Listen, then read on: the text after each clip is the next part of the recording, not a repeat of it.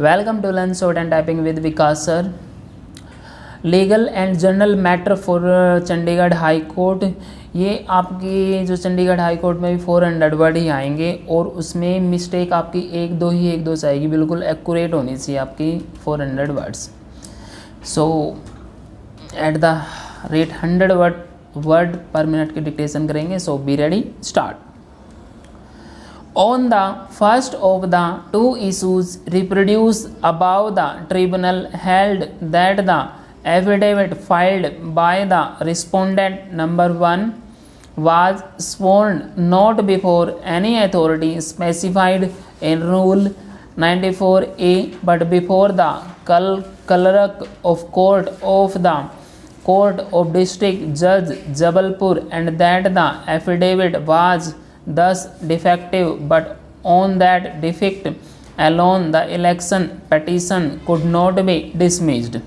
The tribunal further observed that the affidavit purported to be in the prescribed form supported the allegations of corrupt practices made in the election petition. In regard to the other issue, the tribunal stated its finding thus: the petitioner has alleged various acts of corrupt practices against the respondents. They are set forth in the various paragraphs of the petition and in the affidavit filed by the petitioner. He has parawise supported the various alleged acts of corrupt practices and their particulars. Nothing was shown as to how, in what manner, and to what extent the affidavit purports to omit to support the alleged acts of corrupt practices and the particulars thereof.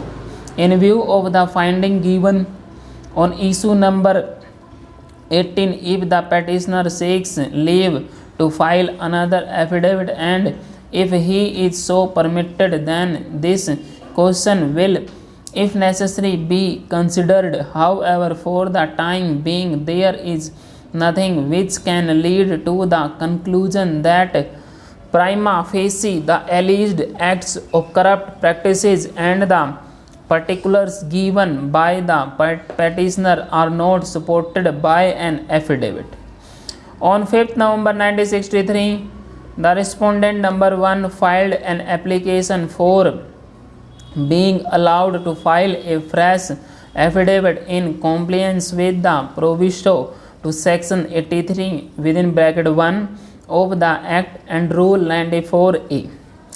That application was stated to be as one made under section 151 Civil Procedure Code read with section 90 of the Act, and the prayer made therein by the respondent number 1 was that the fresh affidavit which he intended to file should be taken as in addition to the affidavit already filed him.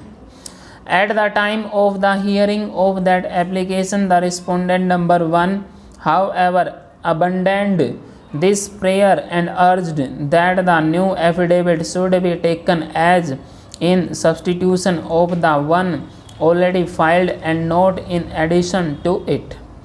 By its order dated 30 November 1963, the election tribunal granted this prayer of the respondent and permitted him to file a fresh affidavit. Full stop.